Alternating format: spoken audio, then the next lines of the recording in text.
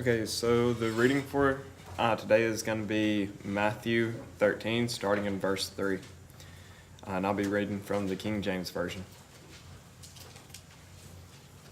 Matthew 13, starting in verse 3. And he spake many things unto them in parables, saying, Behold, a sower went forth to sow.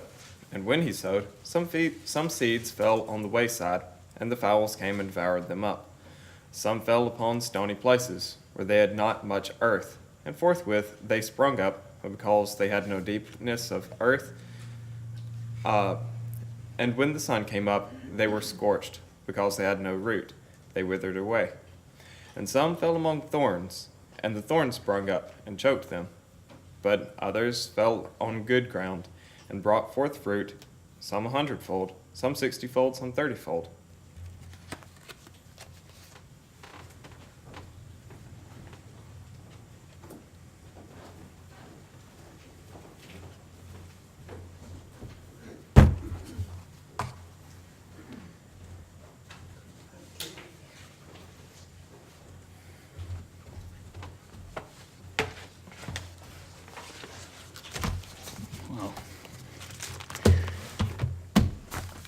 I'm really happy to be here, and I hope you'll be happy that I'm here too when I'm through. And so I want to thank Clay for what he read, and I'm going to ask Matthew and Isaac if you would please pass those first flyers out to everybody.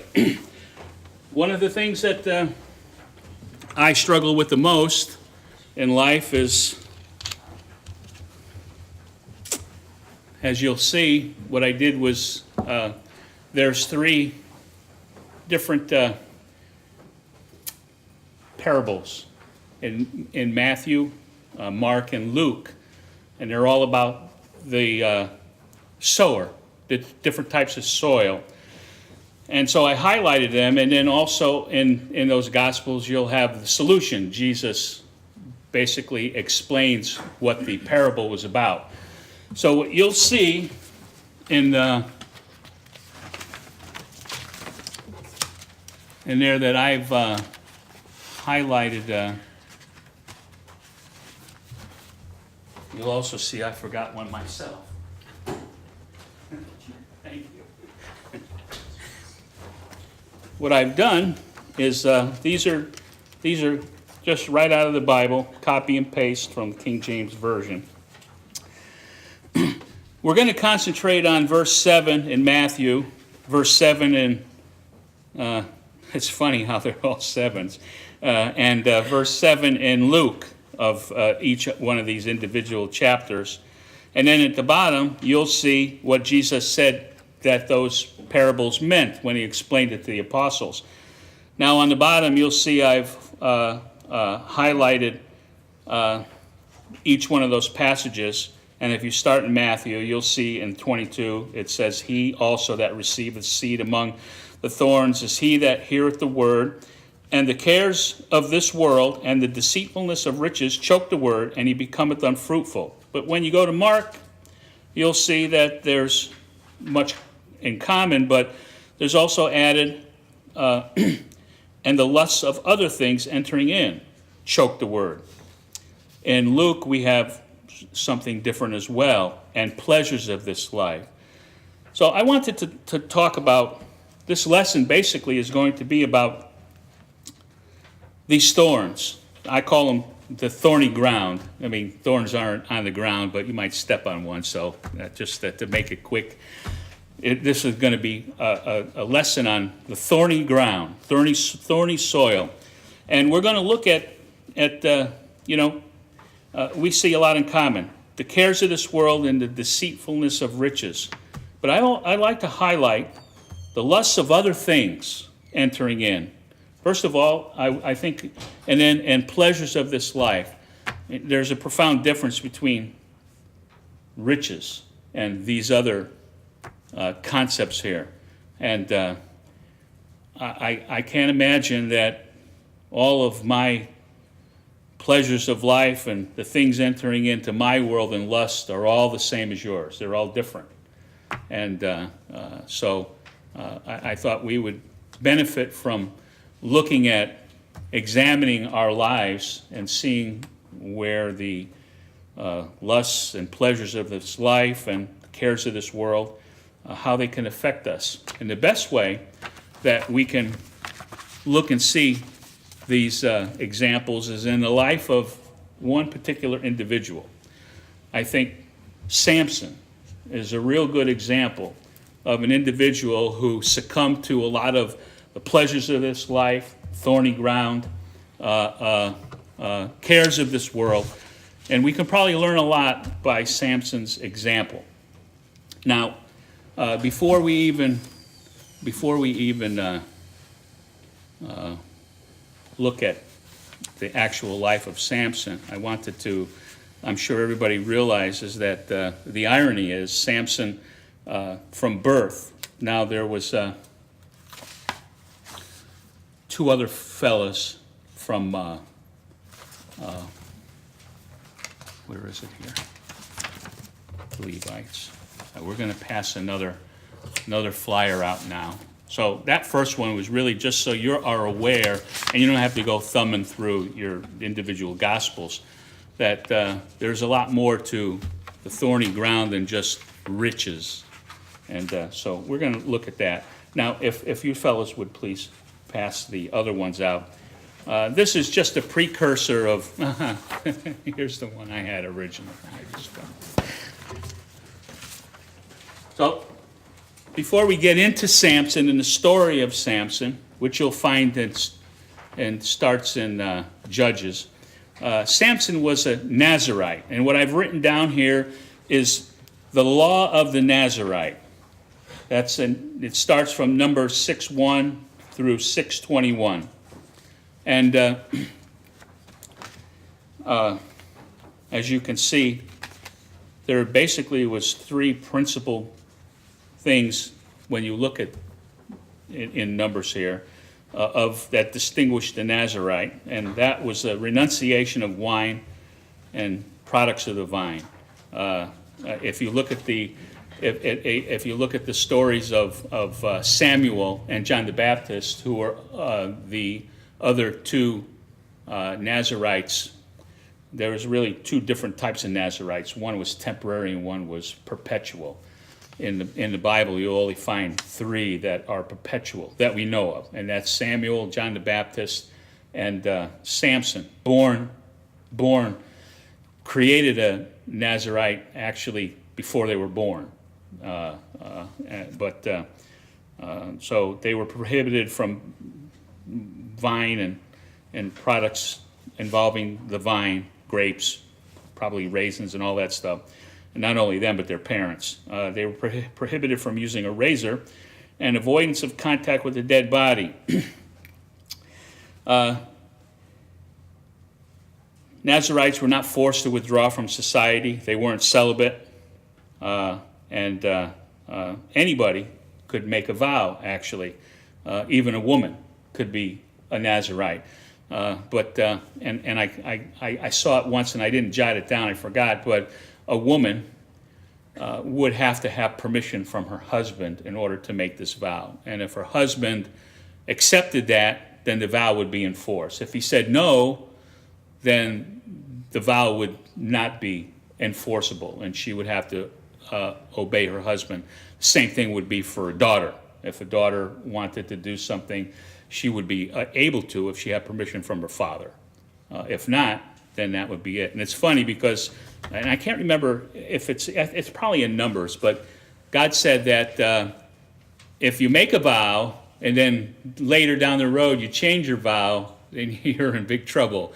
The man who made can't change his mind, basically. So when you're in for a penny, you're in for a pound. But if you see what I highlighted, now we look at the law of the Nazirite, and you read all this and stuff like that, and basically if they do something and go off the road, they can get back on, but they lose their time. It's like being in a job and quitting and then coming back 10 years later and you lose all your seniority. You got to start from the bottom.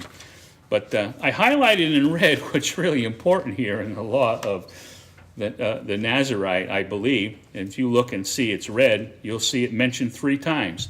He shall be holy.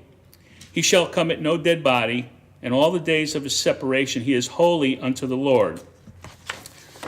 So, with that in mind, we're going to, and the spirit of this is for a man to,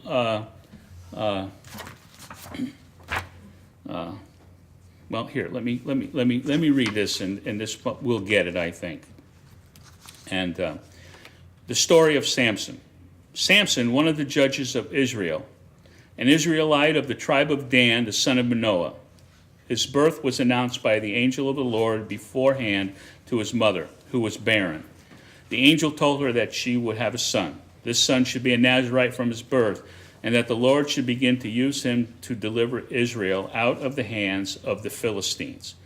Nazarites were under special vow to God to restrain their carnal nature, showing the Israelites that if they would receive God's blessings, they must deny and govern themselves and be faithful to their vows of consecration as God's covenant people. And ironically, with all this be holy and doing this and doing that, Samson was a slave to passion. And from the beginning of the recorded actions we'll see in Judges, he seems to be unable to hold on to the vows that he has made. So this is going to be a brief accounting of, I'm not going to read the whole story, but I have certain items here that veer off the path of being holy. At least that's what I've seen in here. For example, in Judges 14, 1 through 4, we see that against his parents' wishes, he demands a Philistine wife.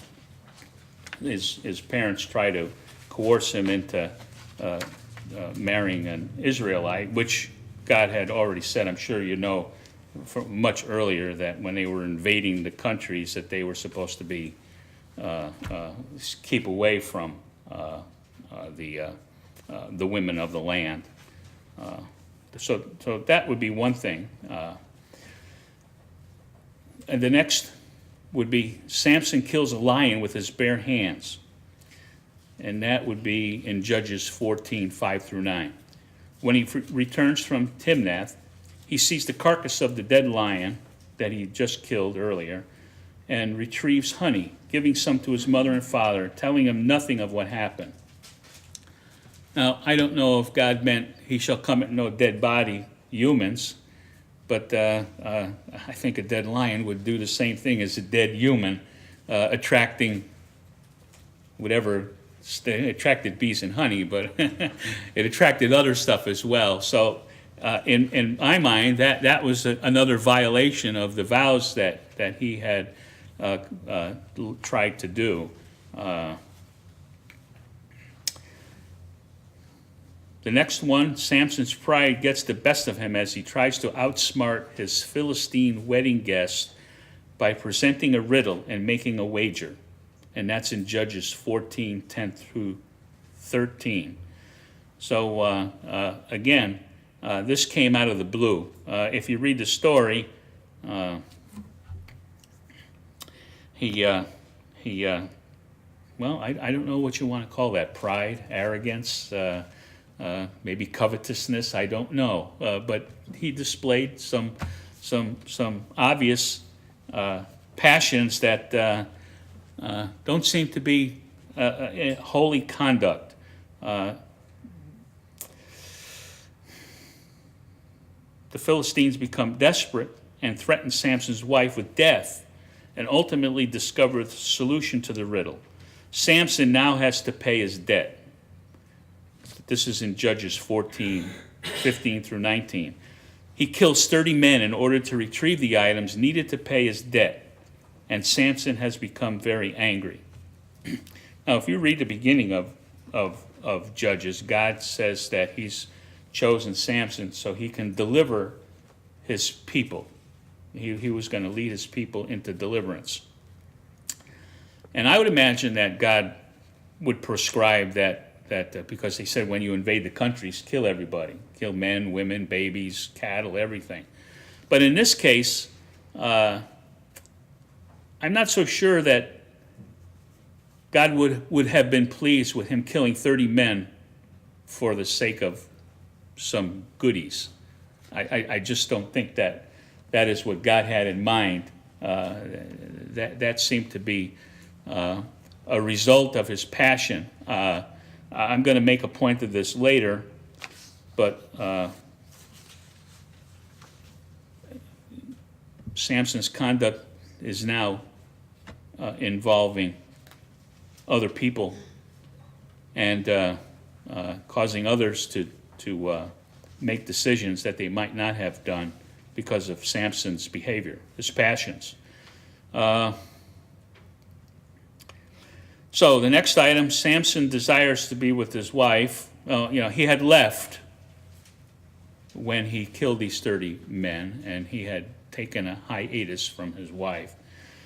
So he, later down the road, desires to be with his wife, but because of his leave of absence, his wife was given to another person. And at that point, and this is in Judges 14:20 through 15:5, at that point, Samson believes that he's righteous and without blame for the actions he's about to take, which are to burn down all the Philistines' crops, their corn, their wine, the vineyards, as payback for his wife being taken away from him.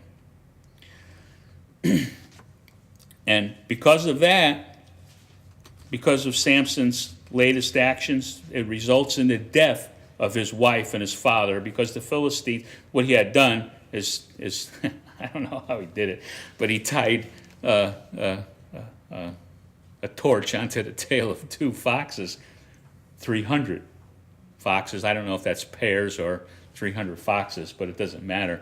And then scooted them through everything and burnt it all up. So as payback, the Philistines killed his wife and her father for all that damage that he had just done. That's in 15:6 of Judges.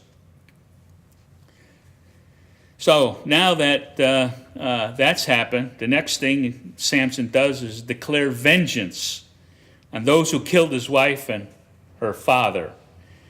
And he kills a great many Philistines. This results in the Philistines declaring war on the Jews and invading Judah to find Samson. And that's in Judges 15:7 through 9. And he talks about, if you read that, I don't know what it says in any other versions, but I'm going to go there. And just in case you're wondering, in King James it says he slaughtered them hip and thigh. I have to go there. And I looked that up a little bit, and it's basically a reference to being very brutal and merciless almost. It's like it's not a good thing when it says, I have to go back there and look at it and see for myself and read it. He slaughtered them.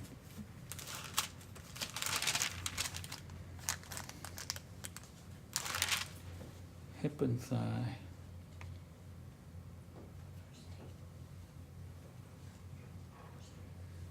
Okay.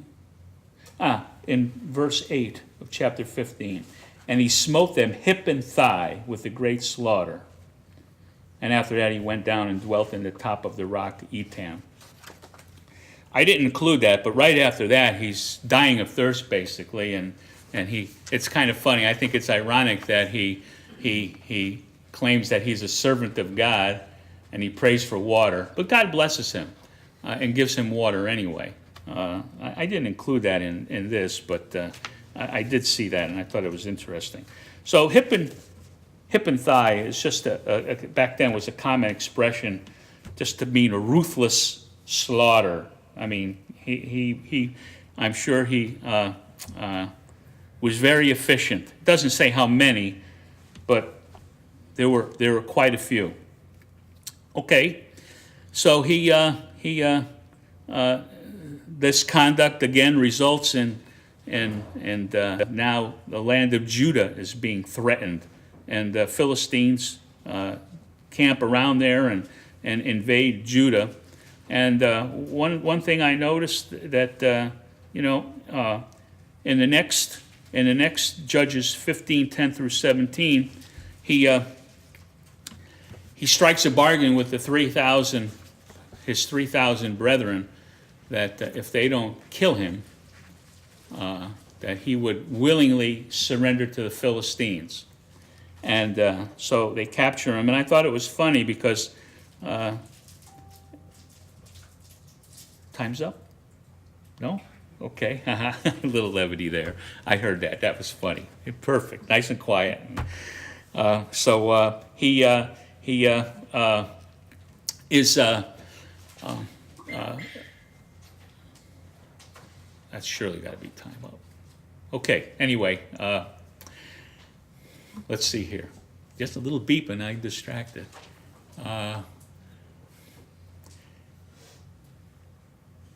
He makes a deal and surrenders himself, but I thought it was funny because the Philistines and the Israelites are mortal enemies, and here you have 3,000 guys with basically the Israelites' version of Goliath, and yet God wanted the Israelites to kill everybody, the Philistines, and invade the land. And I thought it was interesting that they became cowardly, and they didn't rally behind Samson. This is just my personal observation. They didn't rally behind Samson and take care of the Philistines, which they probably could have. But instead, they were afraid that what the Philistines would do, and so they captured Samson, who, well, I would say arrogantly assumed that he wasn't going to suffer anything, because it says that the Spirit of the Lord came upon him, and he broke his bonds, and then he proceeded to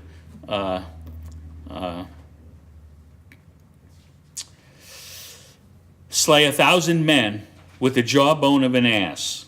That's in 15:10 through 17.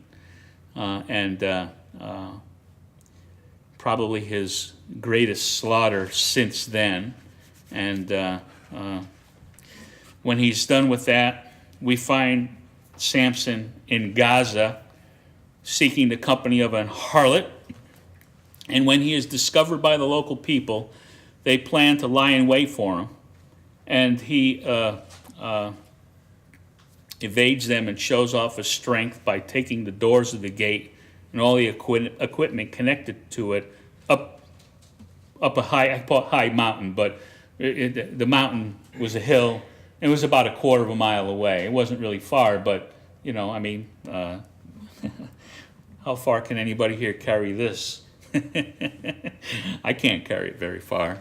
So to carry a door that was probably, I don't know, at least as big as this, I'd imagine, thick. It was meant to keep out people, so it's probably many hundreds of pounds. A quarter of a mile was quite a feat. But keep in mind, as we're looking at these, and we're almost done here with the examples, but keep in mind all these little things. The point of this lesson is to is to think about Samson and all these activities he's involved in. Were they acts of passion, lust, pride, things like that?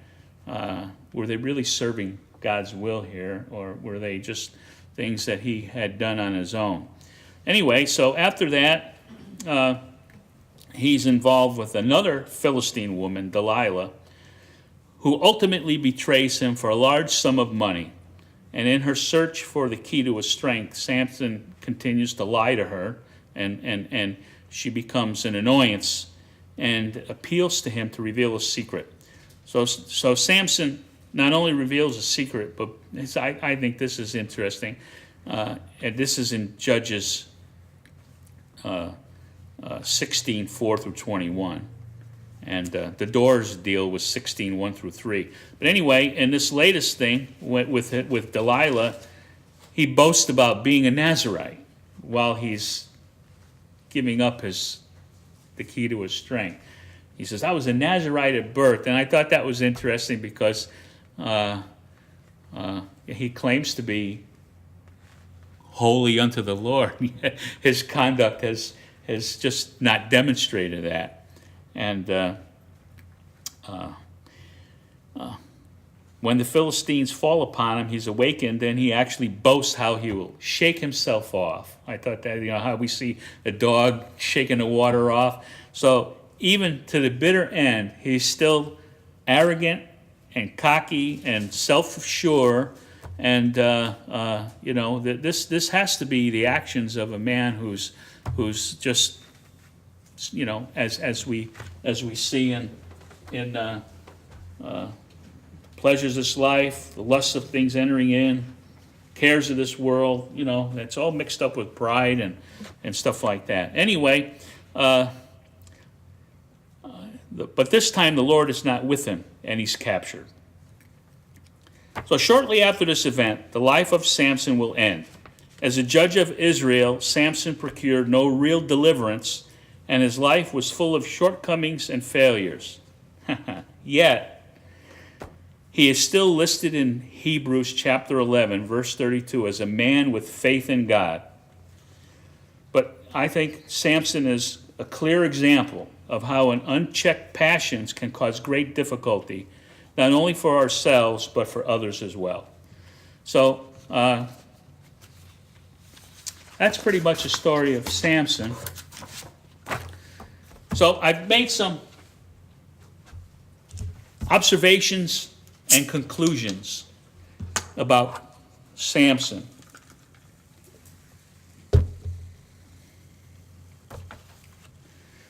And let's see here.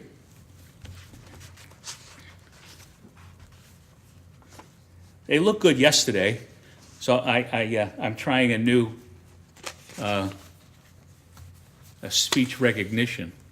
And so I just speak things into the computer, and it just types it all out, and boom, boom, boom. And I was sure I didn't make any mistakes, but it says up to 100% correct. It didn't say is 100% correct.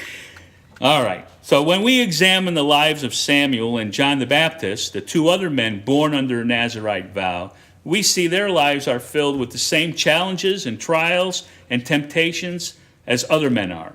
Yet they still managed to be faithful to those vows they made. As a judge of Israel, Samuel made great deliverances for his people.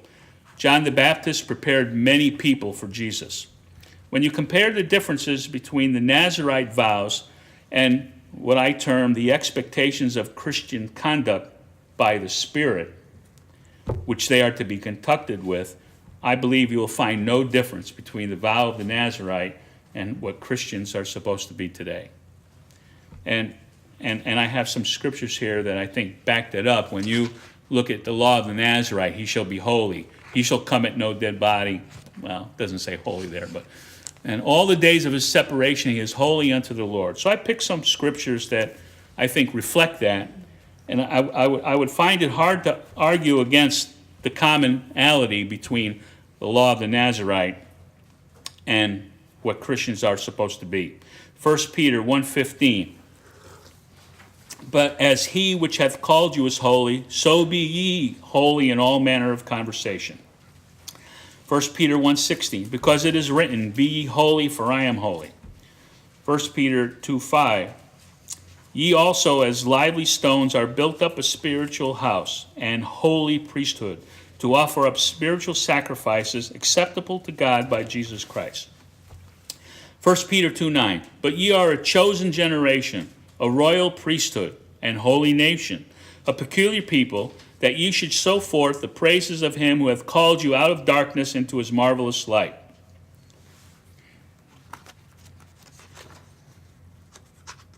And let me just look at the back here.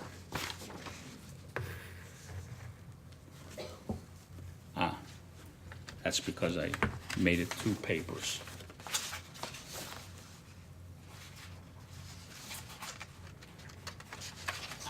Okay.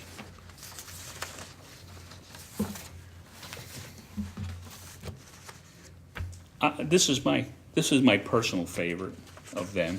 There's more. This is in 2 Peter 3:10 through 14.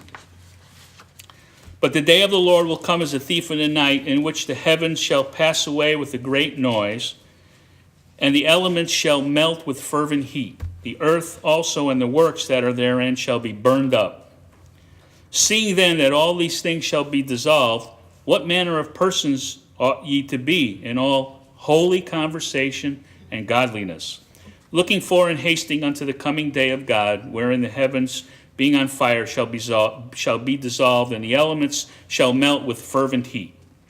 Nevertheless, we, according to his promise, look for new heavens and a new earth, wherein dwelleth righteousness. Wherefore, beloved, seeing that ye look for such things, be diligent that ye may be found of him in peace, without spot and blameless.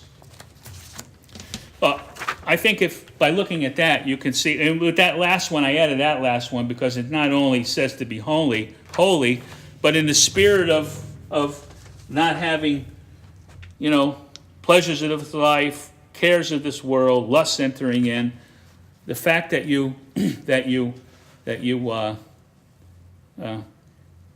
that everything's going to be over and burnt up ought to make sense for you to, well, I don't know.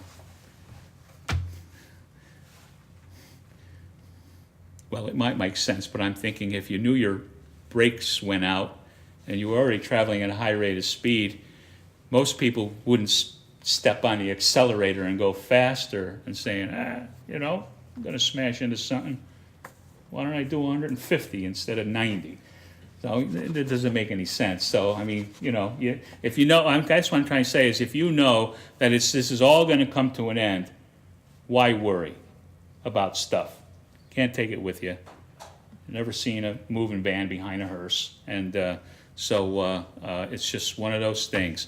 And now we're talking about stuff only because cares of this world and pleasures of this life aren't things that you can pack in a suit. Not all of them that you can pack in a suitcase. There's stuff that you just can't see.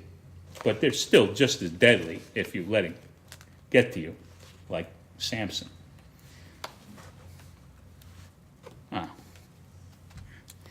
So here's something to consider. When you think about, you might say, oh, okay, Mike, nice spiel, okay, but how do you recognize this? How do you do this? And I had these couple of things here that I thought were interesting. And this is in Genesis 4:3. We all have heard this story before, but I'd just like to make a comment about it. And in the process of time, it came to pass that Cain brought of the fruit of the ground an offering unto the Lord. And Abel, he also brought of the firstlings of his flock and the fat thereof. And the Lord had respect unto Abel and to his offering, but unto Cain and to his offering he had not respect. And Cain was very wroth, and his countenance fell. And the Lord said unto Cain, Why art thou wroth, and why is thy countenance fallen? If thou doest well, shalt thou not be accepted? And if thou doest not well, sin lieth at the door. And unto thee shall be his desire, and thou shalt rule over him. When I look at that, I see that really we're surrounded by the opportunity to sin, and for sin to enter in, as it says in here. But I think the last thing that we see, and thou shalt rule over him, in my mind equates to another way of saying we must be vigilant and not allow it to happen. So, and the reason why is James 1:15 says, Then when lust has conceived, it bringeth forth sin, and sin, when it is finished, bringeth forth death. So, if we let these things happen, I think we stand to lose more than just a couple of eyeballs like Samson here. We're talking about eternal consequences. Which is why we come right around back to the beginning. And I'll read Mark 4:18 and 19. And it says, These are they which are sown among thorns, such as hear the word, and the cares of this world, and the deceitfulness of riches, and the lusts of other things entering in, choke the word, and it becometh unfruitful. Not having $1 million doesn't let you off the hook with this scripture, because it says, riches. but you don't have $1 million, but you're not off the hook. We don't know how small of a care or how insignificant the entering in of those desires may be, but it'll still choke the word and will still render us unfruitful. So examining ourselves daily can make the difference between spiritual life and spiritual death. So the point of this sermon is to just not to dismiss those things about pleasures of this life and lusts of other things entering in, because we might not know what they are. And by the time we figure it out, like Samson, it'll be too late. So I just think it's a good idea that we all, and this is what I struggle with often, you know, you wonder how petty can those things be? A ding on my car could be that petty. A parking spot can be that petty. An empty beer can on the parking lot can be that petty. You go to your neighbor and start trouble. You do this, you do that, you get angry. There's a lot of things that I think we take for granted and assume, it's no big deal. But those things can make us unfruitful. God would like me to go next door and knock on the door and say, hey, would you like to have a Bible study with us? And saying, hey, you're a slob and stop leaving your beer cans in my parking lot, So just to think about what can make you unfruitful is very important. That lesson's yours.